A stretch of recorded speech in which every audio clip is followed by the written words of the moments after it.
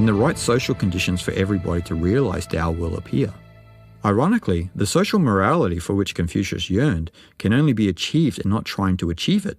Social morality depends on trust and the sincere spiritual work the individual undergoes within. No dogmas can set the individual or humanity free, because all are built on methods to induce Tao, which are methods of force.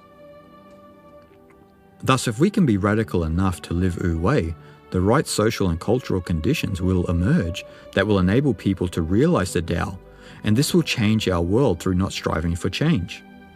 The act of trying to force change hinders change. Following your own nature is a subtle act of change. It is also the way that love transcends the personal and moves into the universal. Our love has to exceed our boundaries to include not only our neighbors, but also our enemies and the community of animals, plants, and minerals. Working with nature instead of against it is a reflection of wu-wei. Living wu-wei is thought of as one of the most difficult and, at the same time, sublime forms of spirituality that exists. Yet no matter how hard it appears to let go and trust, nothing will reveal your nature, Li, more than the Tao of wu-wei. Discovering our Li in turn has the power of De to inspire the world, as this is what truly brings harmony to life, heaven to earth. Spiritual isolation is necessary to get to the deepest part of your being. But when your nature is revealed in this introspection, you naturally want to harmonize with the world, which corresponds to the Taoist principle of yin, mutual resonance.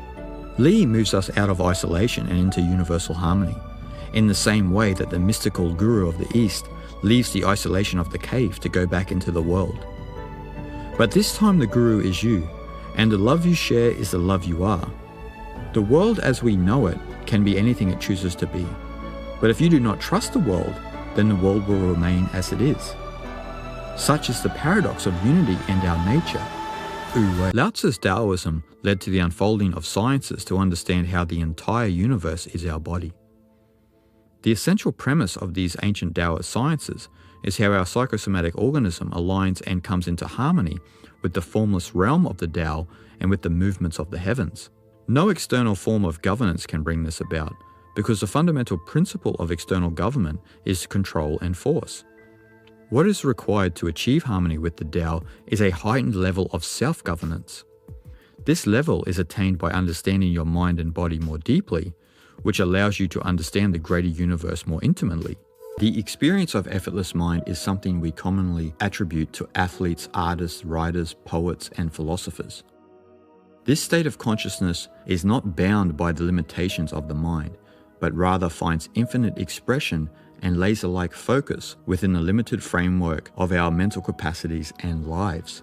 We generally think of this mental state as being in the zone. We can sense this state when we watch a star athlete achieve the impossible, or when a group of musicians improvise and feed off each other's energy to create a rhythmic synergy that nourishes our ears and inspires our hearts. And yet there is an intrinsic paradox to being in the zone. In all crafts, to be effortlessly in the zone requires focused and sustained effort without any intention to achieve effortlessness within the mind. The effortless mind of the craftsman, then, is evoked by skillful effort without the intention of achieving that end. It is as though the craftsman and the craft are essentially one. Their effort is actually effortless because it is devoid of a person doing it. It is just happening spontaneously of itself in harmony with everything else. Craftsmen have this ability to be one with their craft without the sense of a person doing it.